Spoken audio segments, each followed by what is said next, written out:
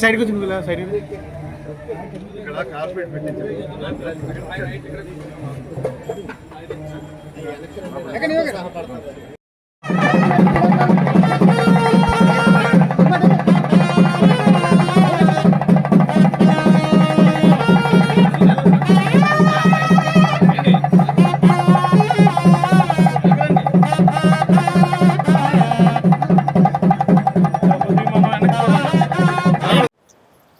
శ్రీ శ్రీ శ్రీ అనకాపల్లి నూకాంబిక అమ్మవారు ఆలయ పునర్నిర్మాణ కార్యక్రమం పూర్తయి కలశ స్థాపన వచ్చే నెల 8వ తారీఖున ఉదయం 10:58 ముహూర్తం నిర్ణయించబడ్డది.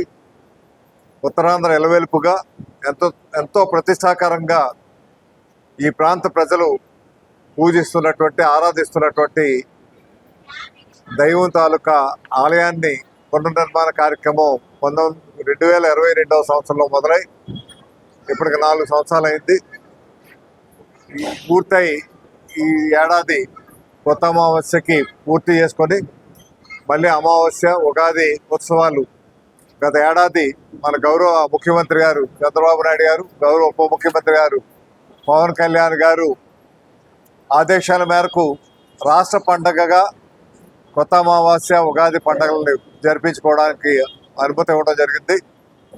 ప్రజల సహకారంతో కమిటీ వారు అందరూ కూడా కలిపి ఎంతో వైభవంగా ఈ ప్రతిష్టను కాపాడే విధంగా ఈ కార్యక్రమాన్ని ఒక అనకాపల్లి పండగగా, ఈ ప్రాంత పండగగా, ఉత్తరాంధ్ర పండగగా తీర్చిదిద్దుకునే కార్యక్రమం జరిగింది.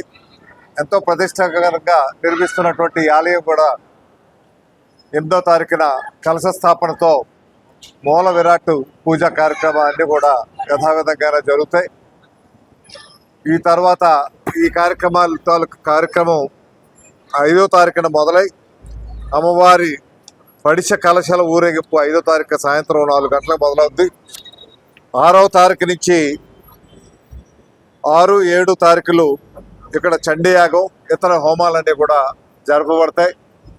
8వ తారీఖున 10:58 పూర్ణాహుతితో మీకు కలశ స్థాపన కార్యక్రమం జరుగుతుంది. కాబట్టి ఈ కార్యక్రమానికి రావాల్సిందిగా మన గౌరవ ముఖ్యమంత్రి గారిని, ఉప ముఖ్యమంత్రి గారిని, అదేవిధంగా దేవాదాయ శాఖ మార్చుల వారిని, ఈ జిల్లా మంత్రి వారిని, ఇన్ఛార్జ్ మంత్రి వారిని అందరినీ కూడా ఈ జిల్లాకు సంబంధించినటువంటి శాసనసభ్యులు, అదేవిధంగా ఉత్తరాంధ్ర శాసనసభ్యులందరినీ కూడా పిలవడం జరిగింది.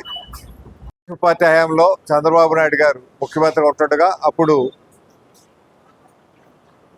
పేలా గోవింద సత్యనారాయణ గారు శాసనసభ్యులుగా ఉండి రాజగోపుర నిర్మాణ కార్యక్రమం అప్పుడు నాకు తెలిసి 2.5 కోట్ల రూపాయలు అనుకుంటా వాటికి రాజగోపురం పెట్టే ఏర్పాటు జరిగింది. తర్వాత గత ప్రభుత్వంలో మిగతా కట్టడం కార్యక్రమం ఉంది. డబ్బంతా కూడా ఈ దేవాలయం అమ్మవారి తాలూకా ఆదాయం నుంచే కట్టిందే. అటైతే ముఖ్యమంత్రి గారు అయితే 5 కోట్ల రూపాయలు అప్పుడులో చంద్రబాబు నాయుడు గారు అనౌన్స్ చేశారు. కానీ 5 కోట్లు ఇంకా రాలేదు. వాటి గురించి ప్రయత్నం చేస్తున్నాం. టీటీడీ ఒక 5 కోట్లు అనౌన్స్ చేసింది. అది కోర్టు వివాదాలతో కోర్టులో డిపాజిట్ కాబట్టది. అది కూడా కోర్టు అనుకూలంగా తీర్పు వచ్చింది కాబట్టి ఆ డిపాజిట్ ఏదైతే ఉందో అది కమిషనర్ గారి పేరు మీద ఉంది. ఆ డిపాజిట్ ఇప్పుడు 7 కోట్ల రూపాయలు అయింది.